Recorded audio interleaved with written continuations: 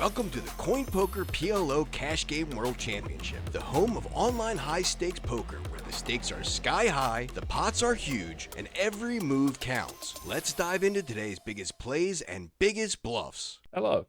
The third time we're recording our intro. The People's Commentator back with good friend Gruff from Vegas. We were shit-talking too many people and we had to delete the VOD, unfortunately. So let's watch some hands of poker maybe instead. Okay. Pretty good hand for the toilet leg. Can you see? I didn't have the stream up. Oh, yeah, right. I can see it now. I just paused it. 3-bet against the cutoff. Got it. And a call. All right, yeah, so gonna c-bet here. Interesting. Me personally, I just don't ever, but I don't really know frequencies for these kind of boards, for these kind of sizings. Like, I imagine you could third 20, 25% maybe of the time. Yeah. I don't know shit about this sizing and this thing. Do you do this at all, or how do you play the spot? I think he's probably got to be careful because like the ranges are a bit wider than a normal 6-max game as well. So the low boards are a bit worse for your 3-bet range than like a normal 6-max spot. In general, Griff, when spots like this are close, I know a lot of people, self-included, like pretty much just range check. You know, if I had some like spicy hand, like maybe I had ace 8-8-6 double that I felt, sorry, ace 8-6-6, I wouldn't even 3-bet that. Ace 8-5-5 double? Yeah. Maybe I got this hand, I see this on the board, I'm like, fuck it, I'll just c-bet this hand. That would make sense. Or maybe I got some nuts double backdoor and I feel like c-betting instead of, I don't know. But I would basically range check here. Do you think it's worth going after like the EV that there is in actually c-betting with some correctly constructed range, or how do you feel about that? I'm not sure. Like I kind of flip-flop a bit sometimes where like, you have like a 20% check or like less frequency than that check, but then you get like the perfect hand that should be in that check range. And then you're like, actually like you probably could implement it, and maybe like implementing it towards like, if you implement it, to what degree do you have to implement it to like make it better than not betting with range? Or like how much mistakes the other person going to make if you bet it compared to just checking range? I'm not sure what the right answer is, actually. Yeah, it just feels tough, right? You're just taking, I think when most people do it, I mean, this guy has not done that, but most people, when they do it, they probably take a few of their stronger hands out of their checking range, and that's about all they're doing. So they're kind of weakening their own weak position even further. Yeah. This hand is interesting. It's just some random merge. Can he stand heat on this flop? Say he gets like raised small here. I guess you might call. You know? Yeah, it's a weird spot. I'm not really sure what the reasoning is here. But anyway, he's gone ahead and c-bet. Let's not stay on this one node for too long. He gets called. Yep. And then on a 3 on the turn. What are you feeling here? As this guy, it's one of the best cards he could possibly find, I guess. Yeah, I feel like you get to continue betting a bit on the 3 with a lot of your range. Since like you only bet 20% of it on the flop, like it's going to be doing quite okay on the turn now. And full rainbow board as well. I mean, you're not going to see potting here. What kind of sizing? I feel like he could bet fold, I guess, if he wanted to. I think you end up going like maybe you can split and like have a small size and a big size, but I feel like most of it should be relatively big. Oh, really? From like half to 66 or something. Okay. Yeah, something medium large.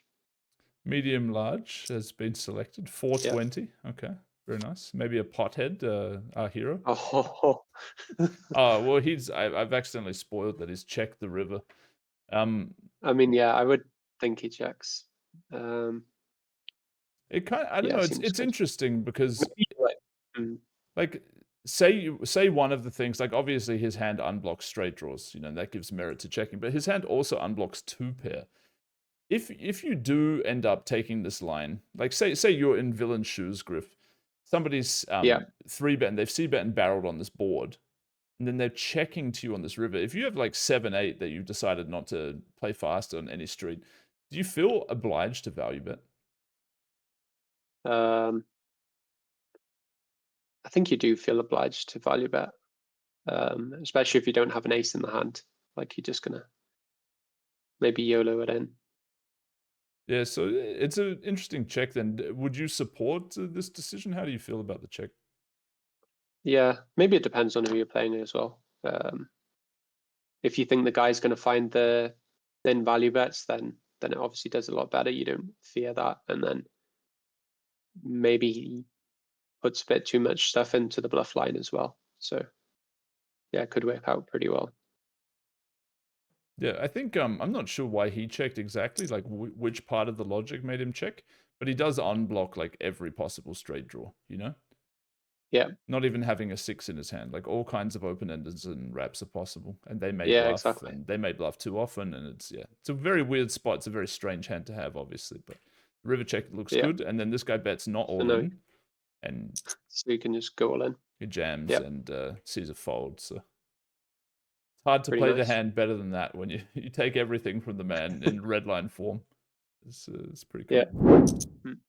Okay, Speedy G against the God. The God 3 bets. Gets 4 bet. Oh, wow. Snaps it off. I mean, they're infinite deep, so cool. Like 500 big blinds deep.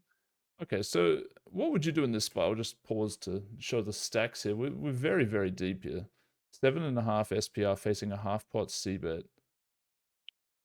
Are we scared of kings?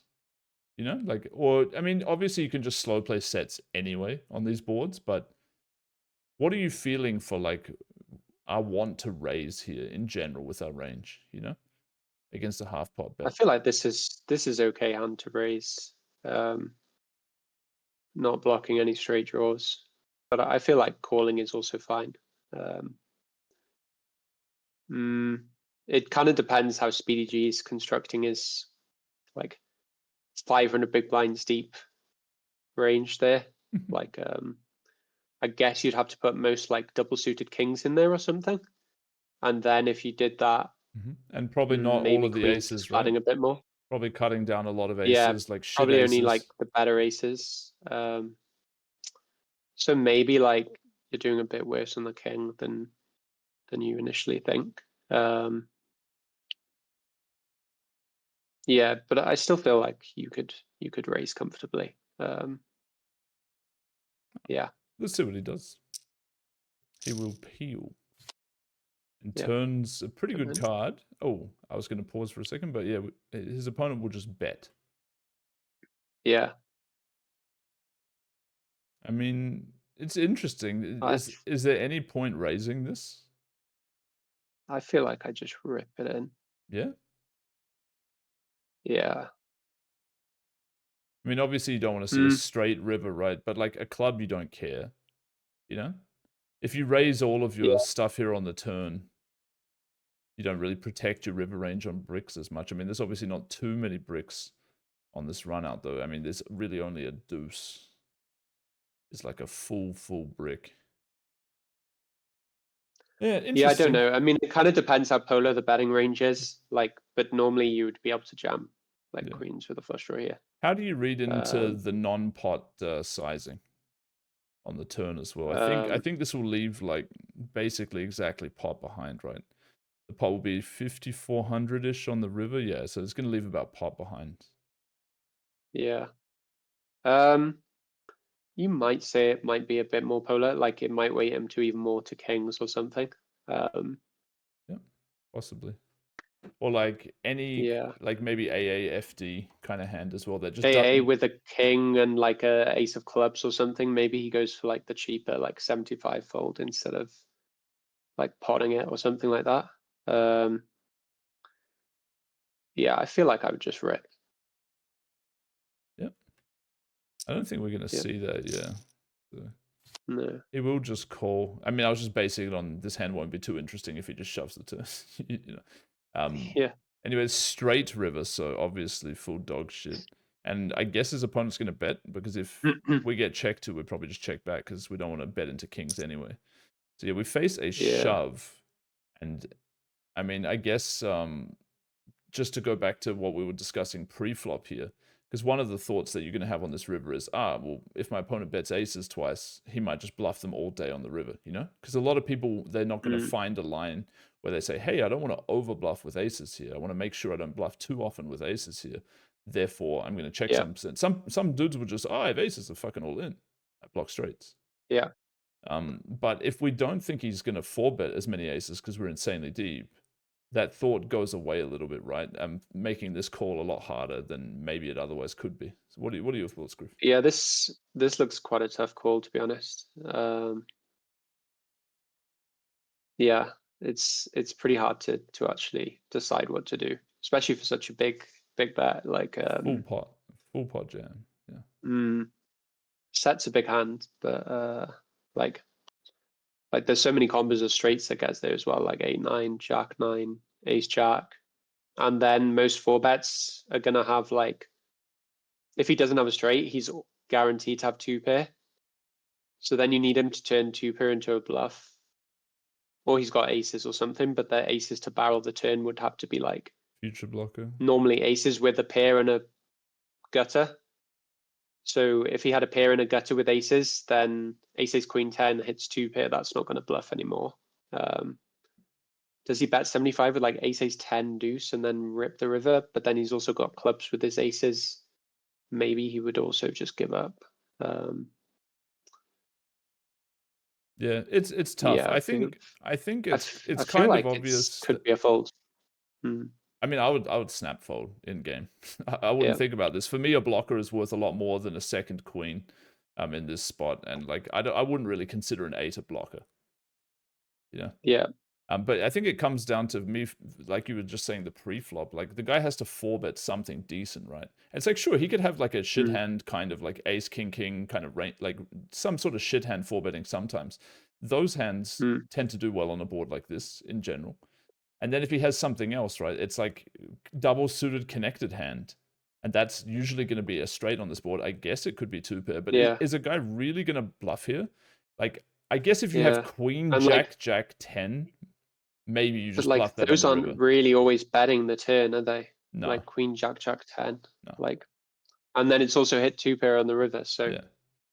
And that's like the one that I could see bluffing because you have 2 jacks. But like most of the time, you just river 2-pair here. I don't think people are instinctively looking to bluff. I think they check and pray for the check back against like queen 6, queen 7, or like, top pair with a misdraw that doesn't bluff or something. But yeah, so this is a super optimistic call that the guy's going to make. And I've seen that he makes it. And I also happened to see that it was right. So unfortunately, I was spoiled in this hand. But to me, this call is just obscene. Obviously, this 4-bet is fully whack from Speedy G. But wow, that's crazy. Okay. So he knows something that we don't. Maybe this could be a bit of a dynamic between these two guys. Yeah, I thought I knew Speedy G, so it's quite a surprising hand. Yeah, that's a wild one.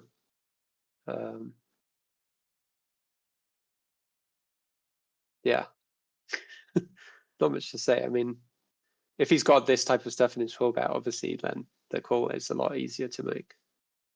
Still super tough. I mean, at the end of the day, in position, you're getting there a bunch on the river, Yeah. For full pot. Anyway, I don't know. Crazy hand. That's a wild hand. That's a class hand. Massive pot as well. Massive pot. Yeah, that's a good one. Gurkan with the under the gun limp. I love to see limped play. So it's going to be a single raise limped pot here. Okay. Top pair and bottom set here for Zages. Not going to donk on the king queen high board. Understandable against the EP limp. How will the turn get played out? Zages will lead for the pot. No raise. Okay, so just a call. And we're going to see Mahu check raising here. So this is interesting. Do you know anything about this this player Mahu? I've definitely played with him a bit, but I can't quite remember. It's been a while since we played together. How much does something I think I've seen some quite aggressive lines. how much does something like previous history with a player or particular statistics come into play when you face a check raise here on a turn? It probably matters a lot. Like, I think versus some people, you could just easily fold like a set against them here. And versus others, you wouldn't fold king queen. So with this hand, though, you yeah, probably I can't think fold against anyone, right? Because you have that yeah, I don't top pair as well. think we fold. Yeah. But when you do see a bluff, like It's- what are you expecting to see here, Griff? Like just some sort of I mean, pair like a lot of the flush bluffs draw? have a lot of equity, right? Like it's going to be a lot of like pair and straight draw and flush draw. He can still have like a lot of hands, like with a king and a ace of spades, maybe two pair and an ace of spades or something. That he's going for like a bit of a straight line with. Yeah, I don't know. I think Zagaz is going to call there, obviously, right? But I don't think he would fold. I think it's overcalled as well. It's also interesting for Yeah, me. it's kind of scary. I think Gurkhan can still have like some queens in his range there even. So No raise against the delay. I don't know. It feels like you might want to just raise in position there. You'd have to have some sort yeah, of weird combo. like yeah.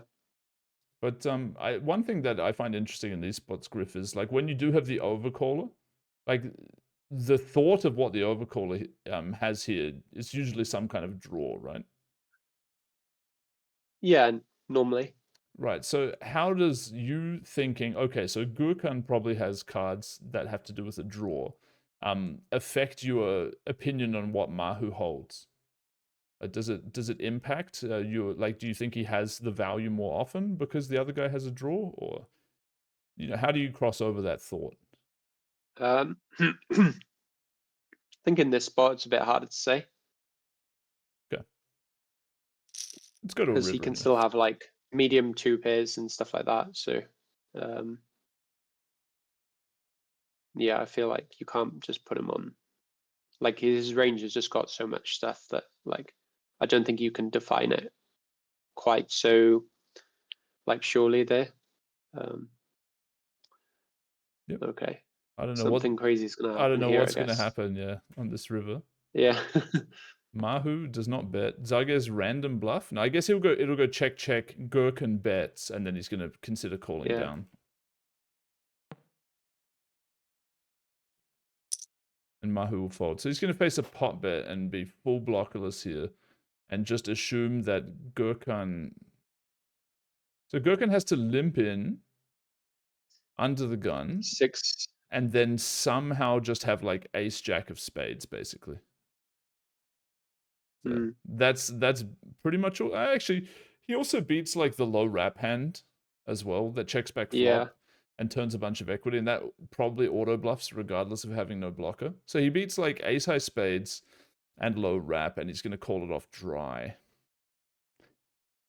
I mean, the only thing going for him is that, at least from what I can see, in position will stab this board quite a lot on the flop when he does have any Broadway cards whatsoever. So it does make it harder for in position to make a gut shot or a straight on the end, because he's just not going to check back flop that often with like open enders or wraps. Yeah, you're or gonna whatever. bet most of the time with like the ace jack stuff, ace 10 stuff. Yeah, Like just because the board's so good for your range, right, as the EP limper. yeah, right.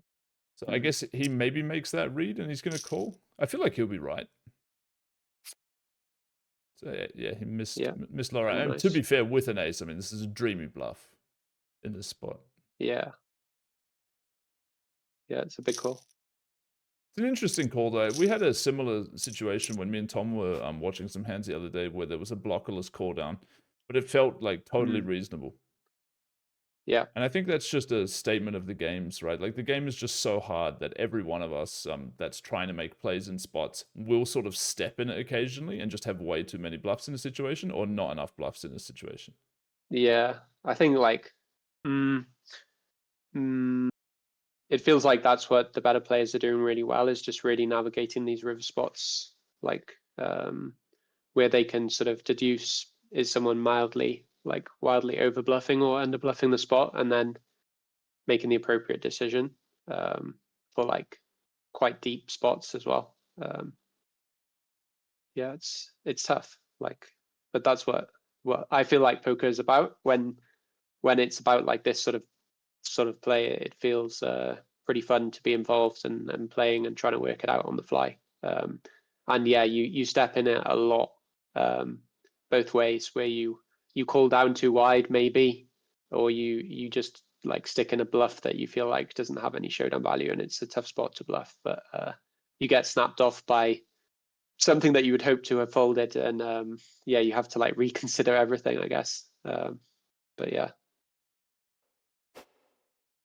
Yeah, well said, man.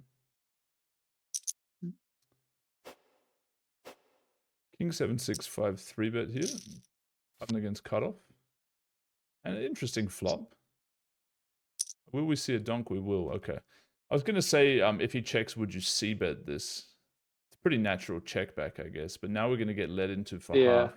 Kind of an awkward board. I've always felt these wheel boards are awkward to be donked into. I mean, 5-4-3. It's not really the same as these boards with the deuce. They're a bit different, but I don't know. It feels to me like you don't really see the donking that much on these boards because like you're the aces guy and aces are so relevant to block straights on these like disconnected wheel boards. So what do you think about this? How do you view this I play? feel like you do get a bunch of donks here, even though the other guy has aces, so like it's perfectly reasonable, I guess. And yeah, toilet reg's just got an easy call, I guess. It is pretty nasty though when you're facing the donk and you've got like what 30-40% of your air and you're just like, okay, well that just mucks or whatever. But yeah, that's how it goes. You really think on this board you're going to see a decent a lot of donking? I think it would be significantly less than like 5-4-3, for example. You don't think the aces are just I think too less, relevant? but I think you still get like 20%. Okay. So he comes in for half pot. Toilet reg will call. Okay. Ah, okay, that's a fun turn. I was going to try and pause before he bet, but whatever. He's just going to barrel something like 40% pot. I think it's like kind of a tough spot for toilet reg.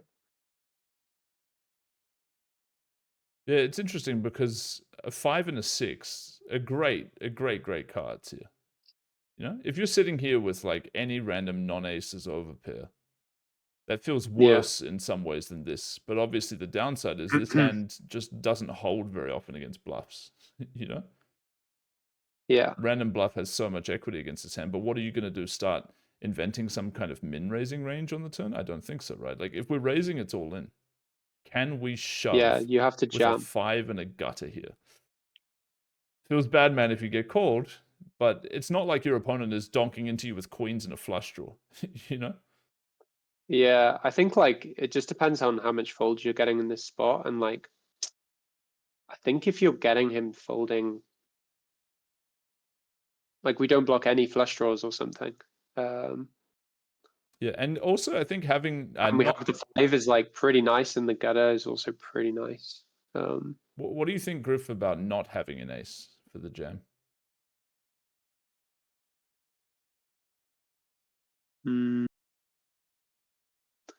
It might be good that you unblock like some sort of like leading ace bluff is what I was thinking.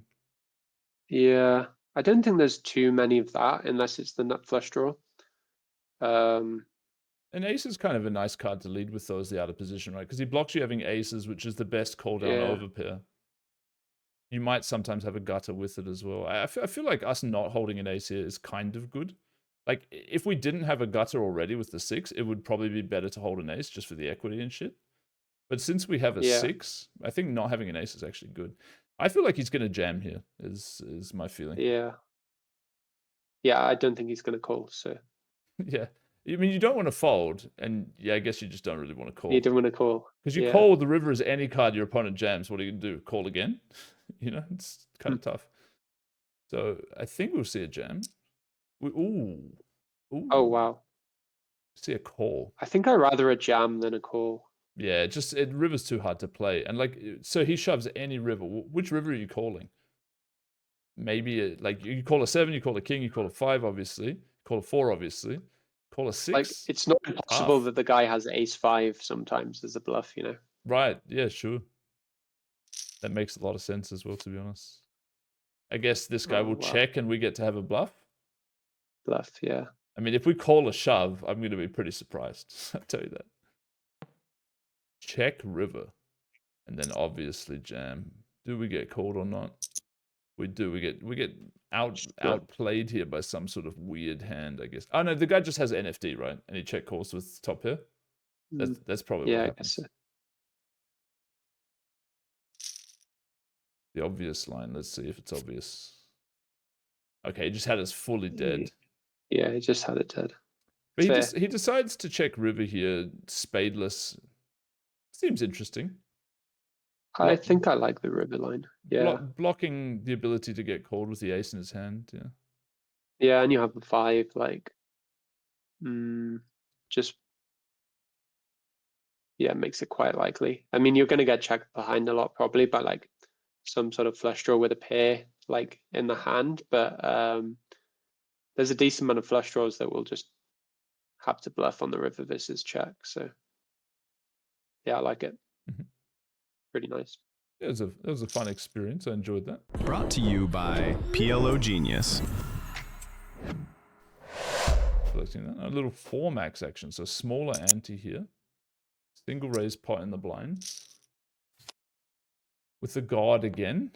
Okay, we've got top and bottom BDFD and then BDSD. Do we get check raised? Yep. Yes. Obviously we call. What is the turn? It's a 7. And we face small. Obviously we call again. And now what happens on the river? Okay, so this is an interesting spot. Yeah. Should we see what villain does first? I imagine villain might block bet or something. Let's see what he does. Yeah. No, villain is going to bet full pot. So it's just whether or not we think this is a good call down hand. I mean, I guess, Griff, you could do the Spewers Jam here. You know? Yeah, I kind of think the Spewers Jam might be okay. Yeah. I mean, you're running good with the Spewers Jam lately, so it's looking extra appealing for you, right? But I think realistically, like, if they've potted 8-9 and you hit them with the Spewers Jam, they just don't fold. You know? Yeah. At least where I come from, you just pay it off. You just say, oh, well, whatever. I feel like maybe you just end up running into some, like, the problem is we block like almost everything on the flop. Maybe you just end up running into like some sort of like 10-8-6, like a 10-6 with extra equity on the flop that like goes for the bet 33 on the turn as like some sort of merge with like a straight blocker as well. And on the river, they're just potting. That's what he's kind of repping that he's got anyway. Bluffs wise. Well, I think if you look at a natural bluffs, it's kind of hard to find. I was actually going to say the polar opposite here because I think it's not crazy for people to check raise like any top pair with a pocket pair that blocks future straights. And on this board, there's actually 4 of them. You know, he could check raise any 9-9-8-8 with top pair. He could even check raise 5-5-4-4, especially if he has gutter. We sort of block that with the 7, you know, like say he had 10-7-4-4. That's a straight on the turn. That's a straight. 10-7-4-4. I'm not saying 4-5. Oh, okay, 10-7-4-4. But then we're chopping with that, so it's kind of irrelevant. But I mean, they don't have to have top pair. They can just raise like a pair with the future blockers and be spewing, and then hit this turn. We block the 3, and then the 6 is beating us now. So it's like the 6 wouldn't pot river. Like it feels like that feels insane. No. But like it's harder for him to have the bluffing region if the 6 has got there on the river. So it's more likely he's got a 6 with a 7 or a 3. Like. It still feels like when you hold this kind of hand on this run out, it's sort of not foldable. Like he opened. You might. So, like, could you repeat? A lot of the 10-8-8 stuff, 10-9-9, like they're gonna have an 8 in them to be a straight, or they're gonna have an overcard, and then maybe that wouldn't choose to check raise.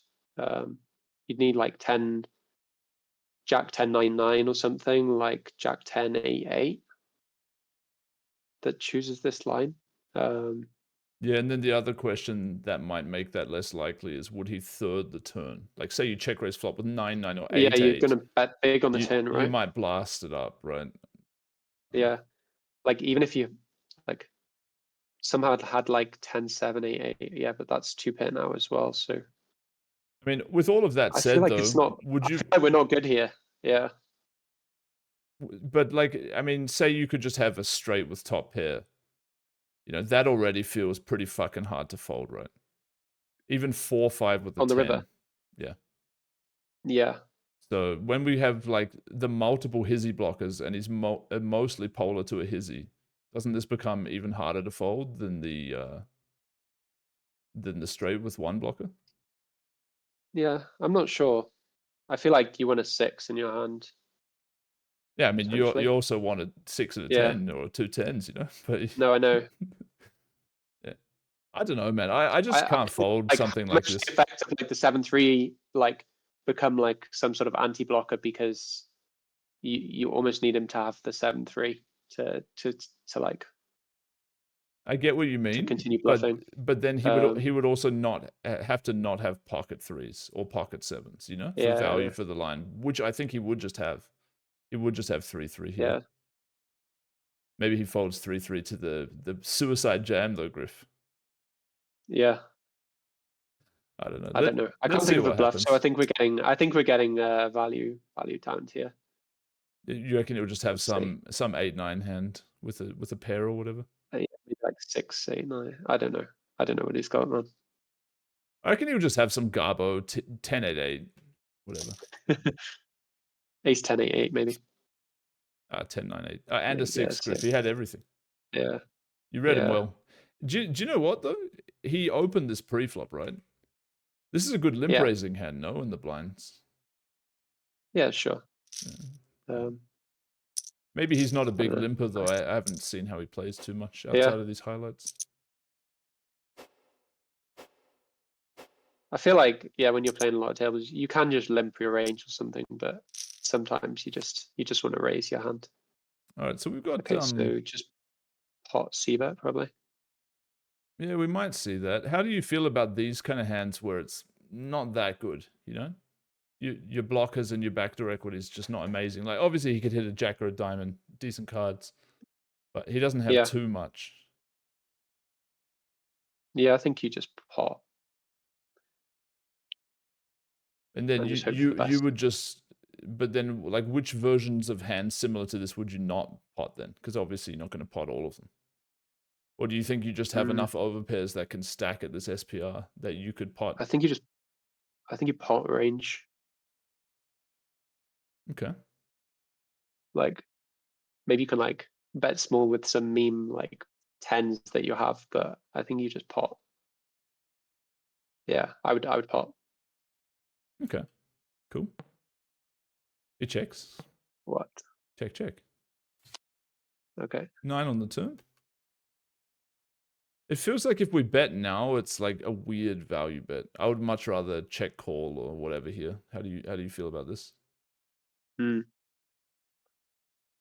not too sure what you should do, to be honest. Like, probably gets to pot fold again.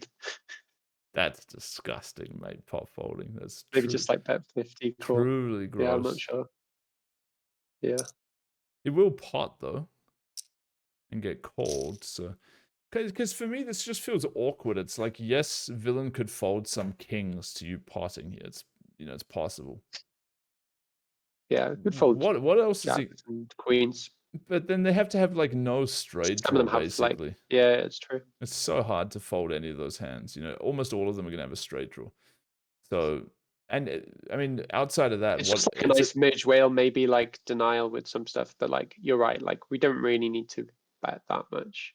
Well, we just don't get that many better hands to fold. So then it becomes a question of, is it good enough for value? And it feels like ridiculous for value to me.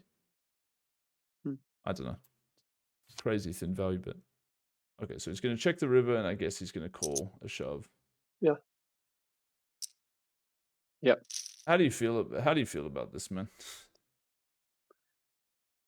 You definitely lose to some bluffs. You think we lose to bluffs here? You think a 10 would bluff the river or not?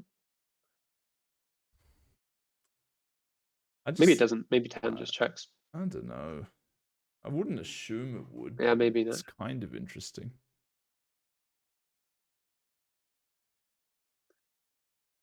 I don't know. But it feels okay. Like you don't really you don't block 6, 7, 8. Yeah, but yeah, I don't know. Like some 5, 6 bet the flop.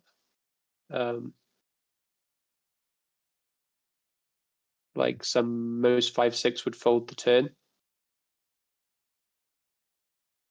Yeah, and we have an ace What else? blocking Yeah. ace 5, some ace 5s. Like Yeah, I most don't know. ace 5 can't peel the turn. I guess he's just gonna Like- have some kind of missed wrap. Yeah, whatever. He's actually Yeah, got the joint, right? Double gut shot with bottom pair, with the pair. Yeah, yes. I don't know. I think the turn Maybe bet some is very optimistic. Yeah, potentially. Okay, Rocky. Overcall. Top set mining. He's gonna make a flush.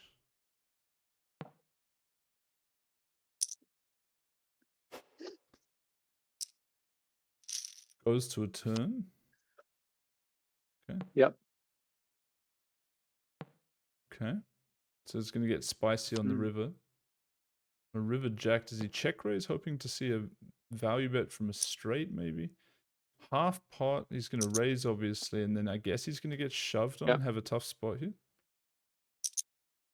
So it's all about, I mean, maybe you know a little bit about how Tony plays here, but you sort of, like, if an opponent is unknown, is there some chance that you could fold this? Or would you only ever fold when you know a little bit about your opponent and you think that they're just not going to come up with a bluff here? Because it looks kind of natural to have queen 10 with the queen of hearts and just bluff it sometimes. Yeah. I think you've just got to call like sometimes. Like, I don't know. That's how I do it. Yeah, just call sometimes. These can also be like, these spots though where you could call every time, you know, depending on what you think of your opponent, right? And like, I don't know much about Tony, but I know that you think that he's a good player, and therefore I would just never fold to him. It just feels like good players can overbluff these spots super easily. Yeah. Would you do Tony the courtesy of a roll to fold, or would you just snap him off, Griff? What do you think? No, I wouldn't snap him off, I don't think. Yeah, I don't know. I think like it depends on who you're playing a lot here, whether on how good it will be on the river to call off. It's a tough spot. Like this is kind of like more like the no limit spots, I guess, in PLO, where it's like the guy's got nothing or he's got the nut flush, and you just kind of have to decide for all the money. Is it easier to check a flush on the turn than him trying to turn like queen 10 with a heart into a bluff? I'm not sure. Yeah, I mean, a lot of the queen 10 as well, it can barrel. So a lot of it comes down to understanding a little bit what your opponent's frequencies are in general in the turn. Like, how do they play on monos? Will they check back nut flush a bunch? Like, do they check back on flop? Are they an RNG player? Like, how do they make their decisions? So I find these spots super maybe interesting. like with the hearts, like with an extra heart, you would check back the turn potentially. Maybe with an ace, you would check back the turn, but maybe you would have already checked back the flop sometimes with it. But then with an ace, if we block the ace, then is that more likely that then he's got the queen of hearts blocker than the actual nuts? I think, yeah. If the combos of nut flush that check the turn for Tony have more often got an ace in, if we have the ace on the river, it makes it more likely he has the queen without the showdown value that it makes it more likely he's got the blocker, I think. Yeah, I mean, it depends what your logic is for Tony's turn decision, right? So if your logic is when Tony holds an ace, he just barrels more because his opponent will have a flush more, you know? then it's bad, right, to hold the ace ourselves. But if your logic is that Tony will check back the turn when he has an ace because he doesn't care as much about a board pair, for example, then it is. Yeah, Then I it's feel like he better. will check back more. Yeah. Okay. Let's see what he has. I feel like he'll just have the queen 10 overbluff. Full queen 10, I always think I'll shove. flush. Oh, okay, so he's Oh, got a over. he's got a spice hand here. The sort of odd check back, Griff. How would you describe this turn check back? I think it's fine. It's a very reasonable response, Griff. Very nice. Yeah. Yeah, I think it's fine. I think the river might be a bit overdoing it, but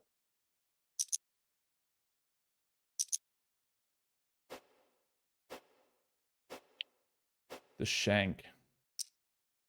Taking on the god. I like the shank, man. Yep. It's creative Okay. player. All right, off to a turn. Always interesting. What do you think about out of position stab frequency? Do you think it's full 0, or do you think there's some cooked range that starts to do stuff? On the jack or what? On the jack, yeah, on this turn card. I think you just start potting with a bunch of jack X. Yeah. Feels okay too.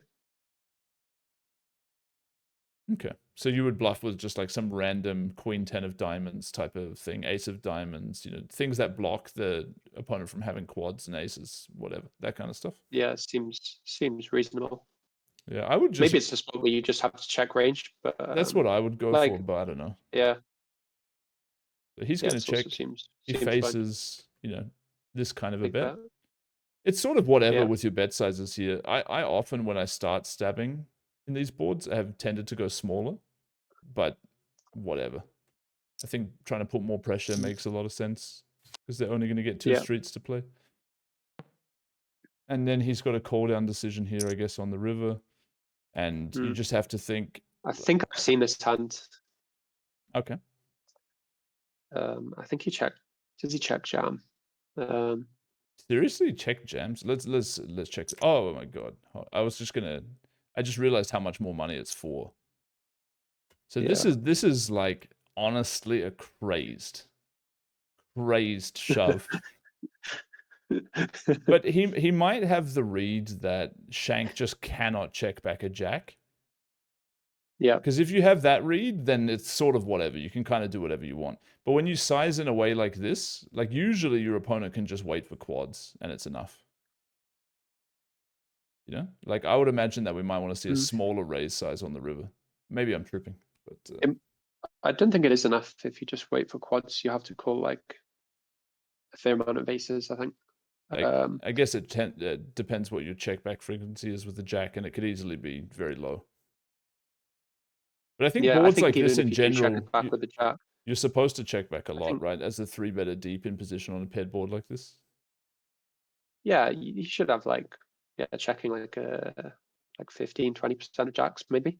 But then I don't think you have if you're potting all the aces on the river and then get jammed, I think you have to call like a decent amount of them on the river. Yeah, if I'm in that spot, how do you call actually, Griff? In a spot like that, say you got aces, what are you looking at for side cards and whatnot? Maybe I don't look at side cards so much, but maybe just kind of decide to call like a certain frequency of aces. Okay, so you don't care about the ace of diamonds? And then fold the rest of the range. Maybe certain stuff will affect it better. I don't know, let's think. Diamonds? Unblocking some sort of jack X that would have donked the flop. Maybe do you want the ace of clubs here? Ace of clubs. Because it donks? Like the jack X without an ace of clubs might donk more on the flop. Right. Or you think God from stock isn't donking anything on the top? No, I think he's definitely. I mean, he's a pretty laggy player, so he's definitely going to be donking on the flop. I personally would just go to the diamonds because of the, just the combinations that you block of hands that make quads. So you're calling a quarter of them or something, is it? You mean? Or what? Well, if I had like aces with diamonds here, I might call that every time, and I might fold basically all the other aces. And then sometime I have aces with a 1 diamond, maybe I call. But I would feel a bit more weird about this spot because I personally would check back closer to like maybe 40% of a jack. I wouldn't check back fuck all with a jack here because I know that I'm checking back infinite on this board with my range deep. Mm. So I would have quads here a lot. So I wouldn't feel too bad about folding aces. If I had aces like ace 10 of diamonds. But you also have aces then a lot. Like if you're checking back so much and then you have jack, like you check back way more frequently with aces, and then like you're still on the river with like X amount of jack X and X amount of aces, and maybe like the distribution of them didn't change that much, even though you do check more often.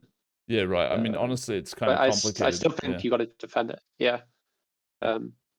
Like, but like it obviously depends. Like he needs to be playing a player like God from stock who can actually find a bluff on the check raise line here. Yeah, it's pretty sick. His bluff to me looks like kind of random. Like he's sort of holding cards that pre-flop would block a guy from opening with a jack, but realistically don't actually block the in-position 3-better from having a jack. Like the ace of diamonds would do a lot more of that than any of the other cards in his hand, in my opinion. So it's kind of interesting. I don't know how to view overall his play here. It feels just like kind of bad from my perspective. Does he get a fold? Maybe I'll have a look. He does get a fold. Good on him. Yes, pretty nice. I mean, his opponent may also obviously not have even had aces, but I mean, aces here, you certainly can't call them always. So it wouldn't be surprising for Shank to fold aces. So interesting bluff. Obviously an aggressive play, which is cool. Yeah. Oh no. Oh no. I have to reopen this again. Actually, the system is not too bad at least. Maybe do one more and then I'm probably gonna go get some lunch. All right. Well, we'll try and go fast. Okay. Okay. So is this interesting? Okay. They're not too deep. Do you see any merit to donking here? No. Feels weird, right? But like you just cannot fold against anything. Okay, he's going to bet small. No, you just call, I think. Yeah. Check call, and then maybe we're leading some turns. Obviously, the interesting turn drops. And what sizing will we face? Quarter pot. How do you play these top pair with no ace? Does Vanny pot most of his overpairs on the flop? Ace is gutty. You could see somebody sizing down a little bit, like on this rainbow. It's possible. Yeah. A lot of people, I agree, would just pot, and you could make a read like he always pots here if he has it, because he doesn't want to like give that much free bullshit. And then he's more polar, and then when he's more polar, the 10 is more valuable, etc., etc. Yeah. It kind of depends how he structured his range, but I would. Feels like you just have to fold like a decent amount of time. I don't know.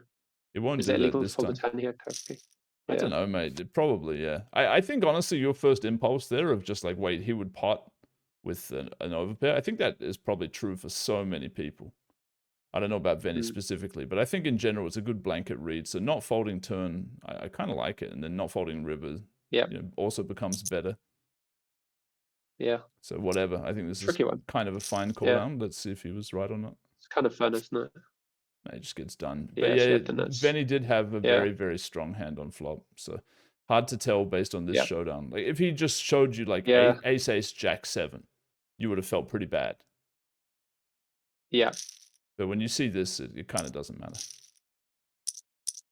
Let's power through one or two more, Griff. We'll go faster, right? Okay. Let's see. Yeah, we could go pretty quick. Read that. Cool. Okay.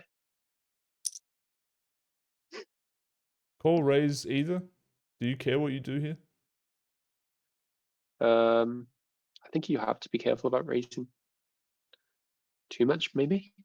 Yeah, well, it's certainly not a board that you're coming out overly aggressively on. But I think whenever you do raise here, ace 9 is kind of the cards you want to have in your hand, right? Yeah, I agree. It seems like a nice combo. Yeah, I don't think you get too many, but like it seems a fine one to do it with, I guess. Yeah, let's see what he gets up to. He'll just call. Turns a gutter. Okay, not the dream. Like, I feel like you would just raise this one though, right? With the backdoors and the low cards. Feels like nice. You unblock all Broadway stuff. And like you fold him and off you random hand that you makes have a queen. 8-6, which is blocking like some sort of like 4x. But calling, you're just kind of like putting yourself in a nasty spot, and like even you don't turn well either, right? Like Only the low cards basically, and then Yeah, even exactly. only really a 7 or maybe an 8. But like all of these like ace, queen, jack, ace, jack, 10, just realize all their equity versus you on the turn. Like maybe they check back now with a gutter, and then like you just end up losing it somewhere. Yeah, I mean, Tough spot. don't think he's gonna fold. Yeah, it's a tough spot. Any merit to the spewer's jam here? I think you're just too low equity. Yeah, it's disgusting. But it kind of Yeah. feels like it might be like weird solver combo as well. Yeah. Okay. Okay, it's Donk just gonna jam? call down. No. Yeah, I mean, what Monty's repping changes quite a bit on the river, don't you think? Or do you think that Monty could just show up with kings here like a boss? King, king, 8, 7. No fucks given. Yeah, I feel like some kings could be in there for sure. It's a strong move if he's got it in him. Yeah, pretty nice. He's just got troops. Okay, trips. Yeah, nice. Should we do one more for the road, Griff, or how you feel? Yeah, let's do one. I feel like we're going to have a set here with this hand. So. Vilukati. Sounds Finnish, doesn't it? It sounds very Finnish. It probably means absolutely nothing in Finnish. Or it means like, I'm the war hero from like 800 years ago. Okay, check on flop. Okay. Okay. Do you think it's kind of mandatory to start stabbing here, or are you happy to take another check? I like a bet. I want to bet. Okay, we'll probably see that. He's actually going to bet quite a large size. Quite big. Kind of interesting. It's actually reasonable, I think. Like so deep. I think it's, yeah, theoretically maybe you would be like, oh, you could go small, but if you have aces or something, you can just bet big here, right? Like the villain doesn't have much 3x. Well, no, the problem is villain's PFR. Like, villain can be doing any series of things, and we sort of cap ourselves on the flop, right? Like, checking back a set on this board isn't really something that you see happen too often. So, we're like, one of the stronger hands in our range would be like 8-3 and 5-3. You know, like, say we get check raised here. I think they're actually deep, right? Yeah, so, look how deep they are. I think he opens up the door for himself to put him, to get into a really, really nasty spot here. With this sizing, I would feel a lot happier bet calling when I didn't bet like massive, you know, on the turn. Yeah, it's true. Yeah. But whatever, maybe you shouldn't be just paranoid all day. But yeah, he's going to get pot raised. I don't know. I feel like this isn't enough to call with personally. I would honestly rather call the turn with like an 8 and a draw than this hand. But this guy's just thinking of that rivered king, you know? He's just zoned in on the king. You'd rather call with this than an 8 and a draw? Yeah, I think so. Really? What do you think your opponent's going to show up with? Like 8-5 if he's bluffing a bit. You think he's going to check flop and turn with 8-5? I don't think so. Yeah, I think he's going to check flop anyway, and then like turn. Like he's not going to think to bet it. I think a lot of people would just bet turn. I don't think they would. I think they would just check it and then face the bet, and then they're like, okay, now I'm just going to wrap a boat. Hey, man, if he has 8-5, congratulations. It's going to be hard. It's going to be hard to have it now. It's going to be hard to beat that now. Interesting card. I mean, I'd certainly rather have an 8 now. Is he going to face like a big bet, or? So you know who this is, by the way? Yep. You're facing this action down from this player. How you feel, man? I mean, I'm feeling like every time he does it to me, because I feel like I make the wrong decision against him quite often. Yeah, I think Tom is good in a leveling war, and yeah, definitely. I think that might lead him to have way too many bluffs, because he might just be attacking our turn bet, given that we're so deep Yeah. in shit, and just trying to make us Yeah. feel the pressure. So I could see a crazed call down here from this guy, and it'd be a good thing, but Yeah. I don't like The this problem spot. is like a lot of the bluffs go out there then. Well, that's if Yeah, I he needs mean 5 extra clubs. you're zoned in on the 8-5. I Yeah, think I'm zoning 8-5. on. I don't see 8-5 personally. I really don't. I can see an 8, but I can also see an 8 just auto bluffing the river, like when he gets here like this. So doesn't feel too good. What do you want to do, Griff? You want to make a hero call? I want to fold, I guess, and I feel okay about folding.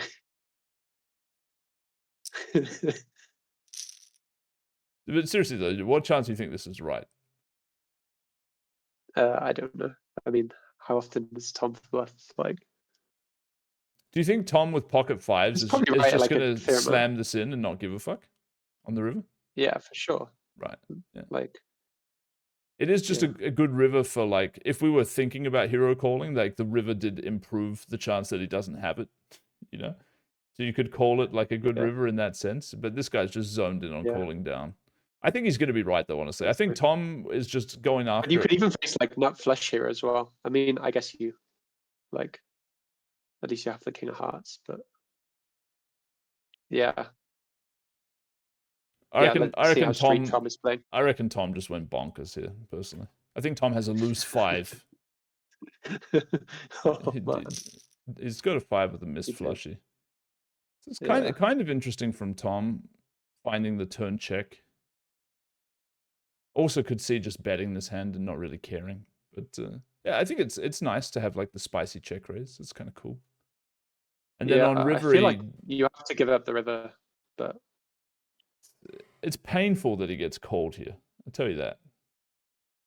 Yeah, I would be quite frustrated getting called by. Yeah, because he clicks pot and then he clicks pot again for like almost 3 buy-ins on the river. All the money. Yeah. And dude calls him down with just like absolutely blockerless dog shit. Even the fours are like pretty bad for the river call, right? Kinda, yeah. I mean, I don't like the turn, honestly, from the king 4-4. Some bluffs are gonna have 4-4 in them. Like if he's got the 7-6-5-4 check raise, like you really need him to have that type of stuff. So yeah, I would have given Tom the pot on the river and got shown the bad news. So yeah, I would have given Tom the pot on the turn, but Tom's just getting scammed by these stations, I guess. It's interesting. Like now that I've talked a little bit of poker with Tom, you can tell he is the kind of guy who he does like if he gets an idea in his head, I don't think anything's going to stop him from executing the plan. Yeah. It would have been interesting to see what would have happened on like I don't know. I guess the river couldn't be a native clubs, but yeah, some river where Tom makes a flush. Yeah. I'd be curious if he's just going to like shove it in his face or if he's going to make a weird bet size or check or. Yeah, maybe like block bet it or something. Maybe. Yeah. All right, man. Interesting. I'm sorry to keep you for so long, but thank you for joining. So good. It's been good to go through the hands. Certainly entertaining. That's a wrap of today's PLO Cash Game World Championship action, where legends are made one hand at a time. Come back next time for more of the best online poker.